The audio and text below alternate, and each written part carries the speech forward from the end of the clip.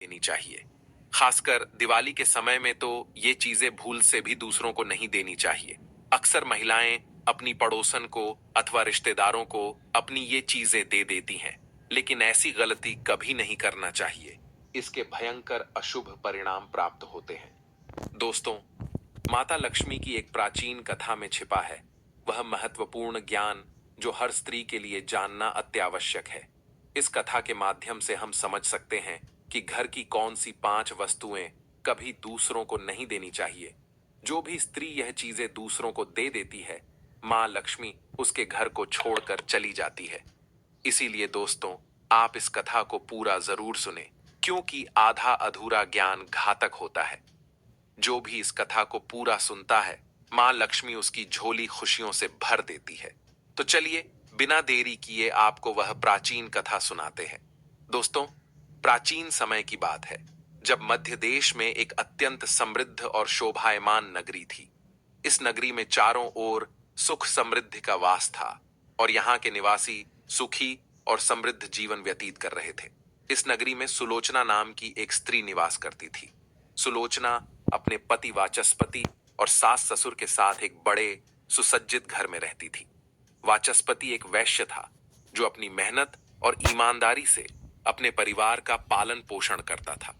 उसकी अनाज की दुकान नगरी में प्रसिद्ध थी, जहां लोग अपनी जरूरत की चीजें खरीदने के लिए आते थे। वाचस्पति की कड़ी मेहनत और ईमानदारी के कारण उसकी दुकान खूब चलती थी। सुलोचना एक पतिव्रता नारी थी जो अपने पति और परिवार के प्रति अत्यंत समर्पित थी। उसके हृदय में धर्म और सत्य के प्रति गहरी आस्था थी और वह अपने कर्तव्यों का पालन पूरी निष्ठा के साथ करती थी। सुलोचना का स्वभाव अत्यंत दयालु था और वह सदैव दूसरों की सहायता के लिए तत्पर रहती थी। उसका दिन सूर्योदय से पहले ही प्रारंभ हो जाता था। सुलोचना सुबह जल्दी उठकर सबसे पहले अपने घर के आंगन को स्वच्छ करती थी। वह रोज आंगन में रंग बिरंगी रंगोली बनाती थी, जिससे पूरा घर एक दिव्य आभा से भर जाता था। इसके बाद वह पूरे घर की सफाई करती और फिर स्नान करके भगवान की पूजा अर्चना में लीन हो जाती थी। सुलोचना का विश्वास था कि पूजा के बिना कोई भी दिन शुभ नहीं होता। इसलिए वह प्रतिदिन तुलसी के पौधे को जल चढ़ाती और देवी देवताओं की आराधना करती। उसके पूजा स्थल पर सजीवता का आभास होता था, जहां दीपक की ज्योति और धूप की सुगंध चारों ओर फैल जाती थी। सुलोचना के ये धार्मिक और कर्तव्यपरायण गुण उसे अन्य महिलाओं से अलग बनाते थे। उसकी सास ससुर और पति वाचस्पति उससे अत्यधिक प्रसन्न रहते थे, क्योंकि सुलोचना न केवल गृह कार्य में निपुण थी, बल्कि वह सभी का ध्यान भी बड़े प्रेम और सम्मान के साथ रखती थी। सुलोचना के बारे में नगर के लोग कहते थे, यह स्त्री साक्षात मां लक्ष्मी का रूप है। वह अपने परिवार का कितना अच्छा ध्यान रखती है और दूसरों की सहायता में सदैव तत्पर रहती है। सुलोचना दान पुण्य करने में भी कभी पीछे नहीं रहती थी। उसके दरवाजे से कोई भी याचक खाली हाथ नहीं लौटता था। सुलोचना का मानना था कि दूसरों की सहायता करने से ही सच्ची खुशी मिलती है। उसकी उदारता की चर्चा दूर दूर तक फैल चुकी थी और लोग उसके दयालु और परोपकारी स्वभाव की प्रशंसा करते नहीं थकते थे। सुलोचना अपने पड़ोसियों के साथ भी बहुत ही प्रेमपूर्ण व्यवहार करती थी। जो भी पड़ोसी किसी भी तरह की सहायता मांगता, सुलोचना बिना किसी हिचक के उसे दे देती थी। चाहे वह भोजन हो, वस्त्र हो या कोई अन्य आवश्यक वस्तु, सुलोचना सब कुछ खुले दिल से बांट देती थी। उसकी इस उदारता के कारण पड़ोसी भी उसका बहुत सम्मान करते थे और कहते थे, सुलोचना तो साक्षात देवी अन्नपूर्णा का अवतार है। सुलोचना का यह स्वभाव देखकर लोगों ने उसे बहुत सराहा, लेकिन उसने कभी इसका घमंड नहीं किया। वह सदैव विनम्रता और सम्मान के साथ सभी से बात करती थी। उसके भीतर कोई भी अहंकार का भाव नहीं था, बल्कि वह हर किसी को आदर और सम्मान देती थी।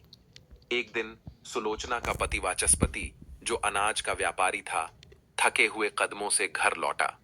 वाचस्पति ने देखा कि सुलोचना हमेशा की तरह मुस्कुराती हुई उसकी प्रतीक्षा कर रही थी। सुलोचना ने अपने पति को देखते ही कहा, हे नाथ, आप बहुत थके हुए लग रहे हैं। आज व्यापार में कुछ कठिनाई आई क्या?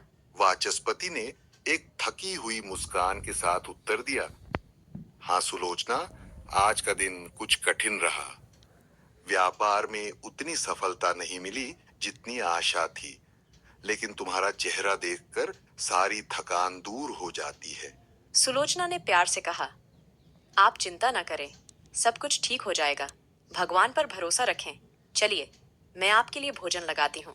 वाचस्पति ने अपने मन की चिंता को छुपाते हुए कहा, सुलोचना, तुम हमेशा मुझे सहारा देती हो।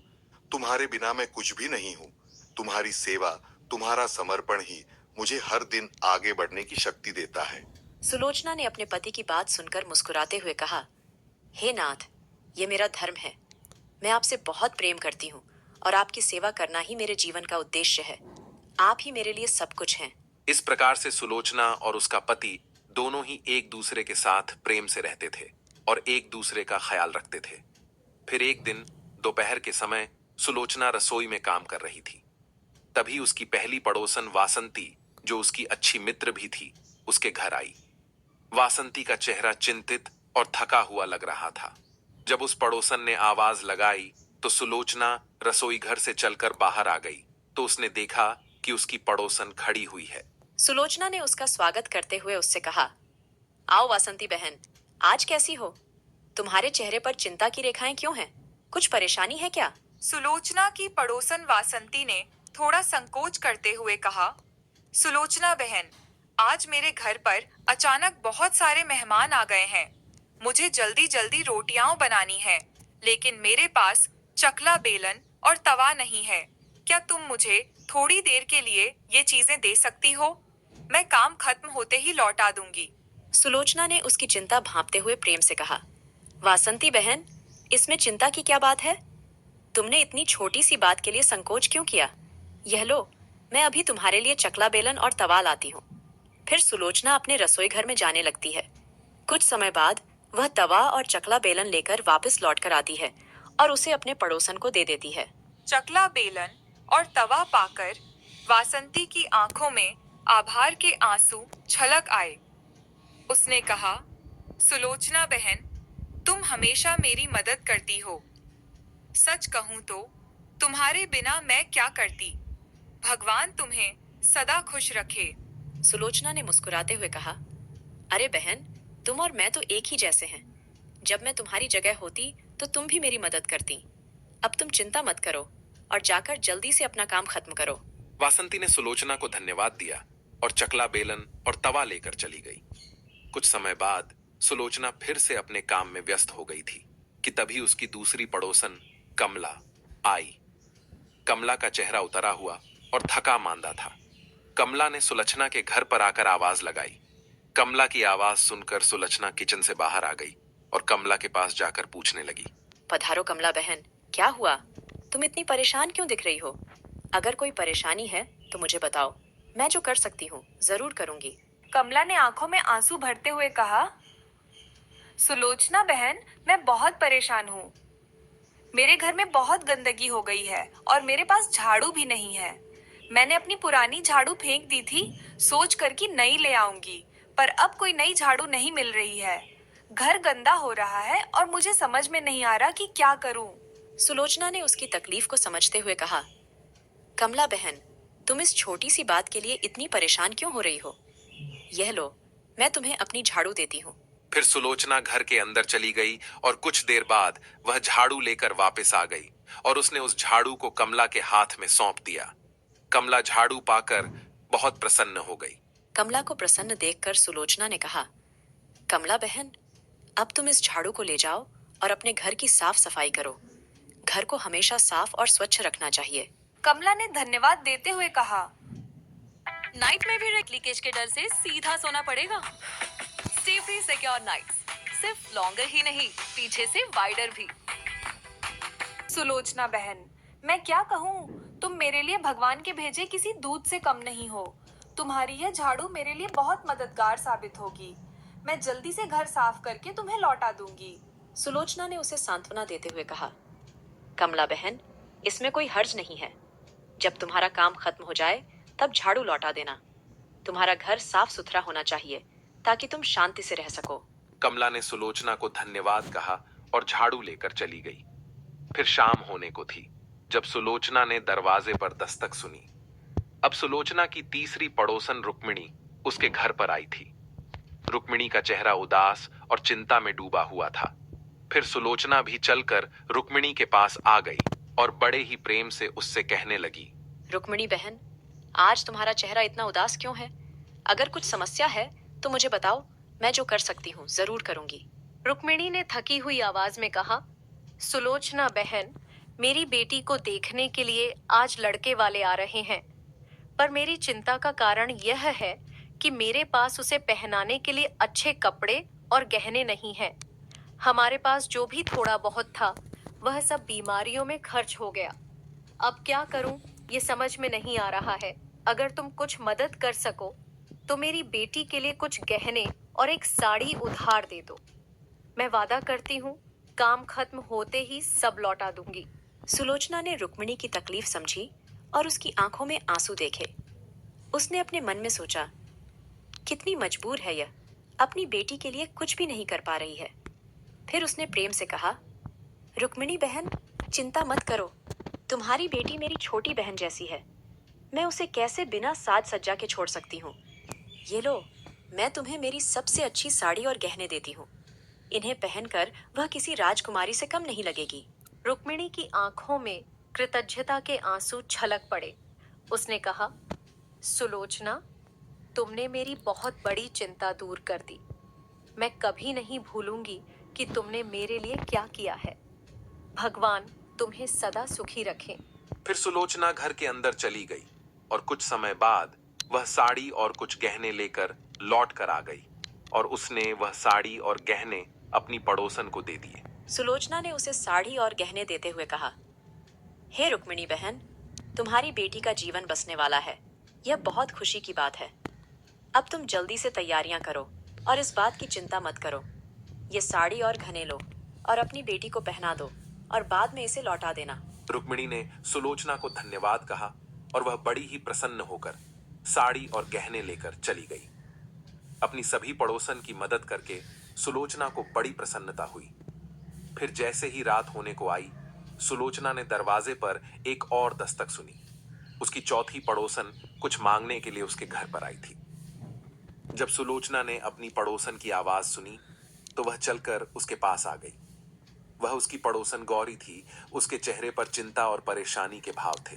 तब सुलोचना ने उससे कहा, गौरी बहन, आज तुम्हारे चेहरे पर इतनी चिंता क्यों है? अगर कुछ परेशानी है तो मुझे बताओ, मैं जो कर सकती हूँ अवश्य करूंगी।